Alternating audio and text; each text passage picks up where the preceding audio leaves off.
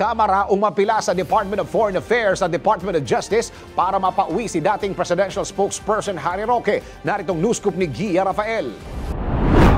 Umapela ang Kamara sa Department of Foreign Affairs at Department of Justice na makipagtulungan sa international authorities para mapauwi na ng Pilipinas si dating presidential spokesman Harry Roque.